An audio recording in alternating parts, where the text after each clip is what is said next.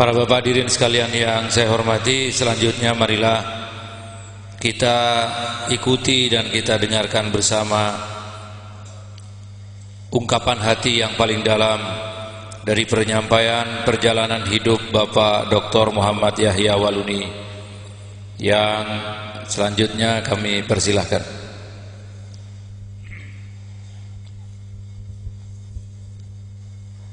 Assalamualaikum warahmatullahi wabarakatuh.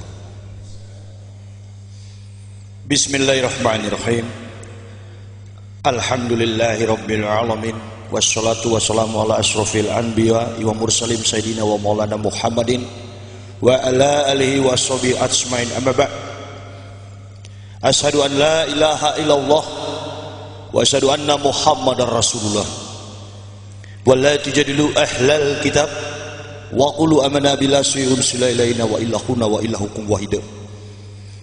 La tajidana asyadan nasi adawatan lil ladzina amanul yahuda wal ladzina asyraku wa la tajidana aqrabahum mawadatil lil ladzina amanul ladzina qalu inna nasra jalika bi anna minhum jizizina wa ruhbana wa annahum la yastakbirun wa iza zami'u ma unzila ila rasuli tara ayunahum tafidu minad dam imima arafu minal haq yaquluna rabbana amana faktubna ma'as syahidin Muhammad.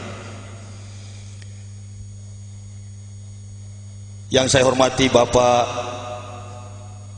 alim ulama yang ada di pondok pesantren, dalam hal ini majelis kiai, dan seluruh masyarakat yang hadir bersama-sama di dalam majelis yang kita gelar bersama ini merupakan sebuah nikmat petunjuk insyaallah dari Allah Subhanahu wa taala yang tentunya selaku orang-orang beriman patut kita syukuri bersama. Tagal nikmat, keberkahan, ridho dan berkahnya kepada kita semua sehingga kita boleh ada di tempat ini dalam sebuah perhimpunan yang dimuliakan Allah Subhanahu wa taala.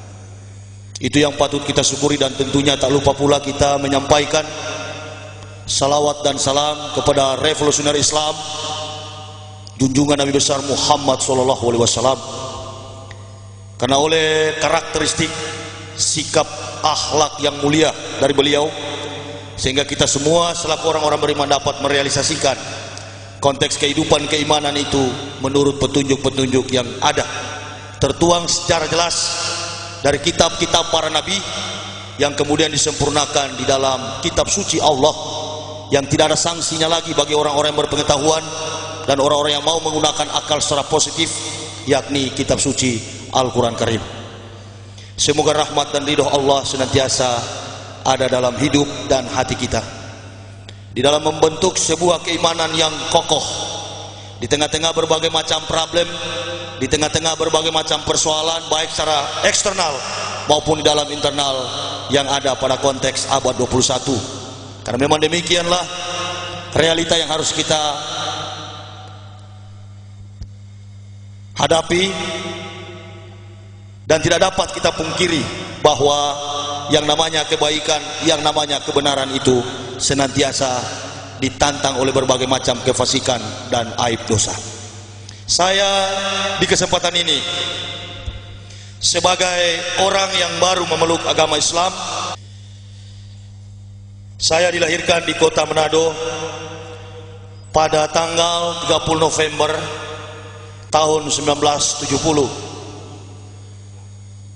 Dari latar belakang alias background saya, sesungguhnya saya bukanlah orang yang hanya duduk di bangku gereja, tetapi saya adalah seorang yang berdiri di atas mimbar dan banyak menyampaikan aspirasi dan konsep omong kosong Paulus.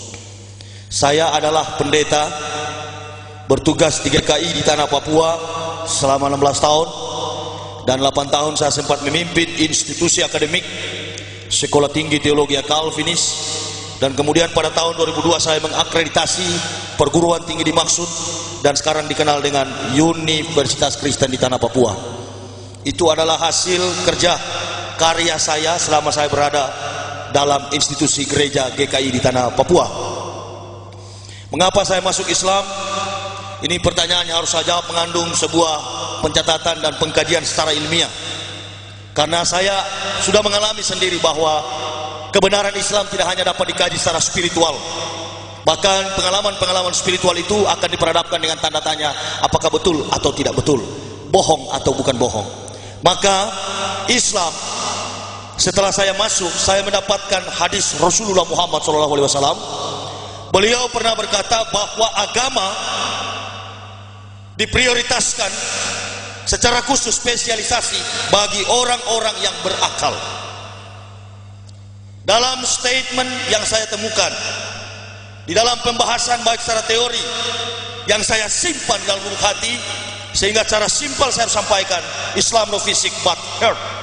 Islam itu adalah hati, tetapi hati yang sudah diatur sedemikian baik oleh Allah, yang mengandung sebuah pencatatan realita. Hati ini terkandung berbagai macam persoalan hidup, tetapi Islam membentuk sebuah kekuatan baru di dalam hati manusia, dan kekuatan itu tidak secara assumption, tetapi pencatatan itu terjadi atas proses faktualisasi kebenaran-kebenaran secara nyata melalui sains ilmu pengetahuan. Ini penyelidikan atau disertasi temuan yang saya temukan secara translate Indonesian dalam bahasa Indonesia Al-Quran. Saya banyak melihat dalam terjemahan secara kasat mata seluruh ayat-ayat dalam Al-Quran.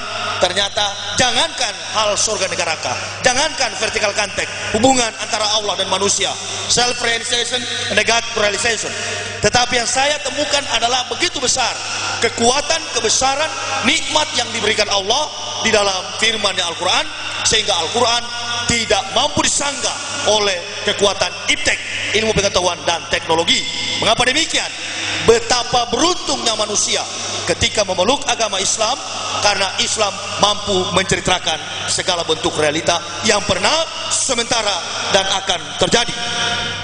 Sebaliknya, di dalam Bible, hati-hati, saya tidak pernah mengatakan kitab suci Kristen yang pernah saya imani itu Injil. Karena di dalam konteks The Gospel of Barnabas merupakan murid terakhir Isa alaihissalam yang bukan Yesus, itu tidak pernah mencatat dalam sebuah sejarah bahwa Nabi Isa itu adalah Tuhan. Nanti sebentar saya akan membahas bagaimana kolaborasi sebuah kesepakatan yang terjadi antara Yahudi dan Yunani di dalam mencapai sebuah kepentingan duniawi, merampok harta kekayaan orang-orang Arab, dan kemudian membentuk sebuah barisan yang disebut AIPAC, American Israel Public Affairs Committee, di bawah gerakan Zionis kemunafikan bangsa Yahudi yang sebenarnya membalikan fakta Israel itu adalah orang-orang Arab. Nanti sebentar saya akan mengungkapkan secara sejarah, karena sejarah itu adalah ilmu pengetahuan, dan ilmu pengetahuan itu adalah kebenaran. Tidaklah seorang dapat menemukan kebenaran itu tanpa proses penalaran, pembuktian di dalam sejarah. Nah, ini yang perlu kita garis bawahi sebagai asal, sebagai awal di dalam saya mengawali statement atau pernyataan mengapa saya masuk Islam. Orang bodoh tidak akan sampai kepada Islam, bahkan oleh kebodohan tidak menutup kemungkinan akan murtad dari kehidupan Islam. Dan ini yang saya pahami secara teoritis, dan tentunya akan dituntut oleh para kaum muslimin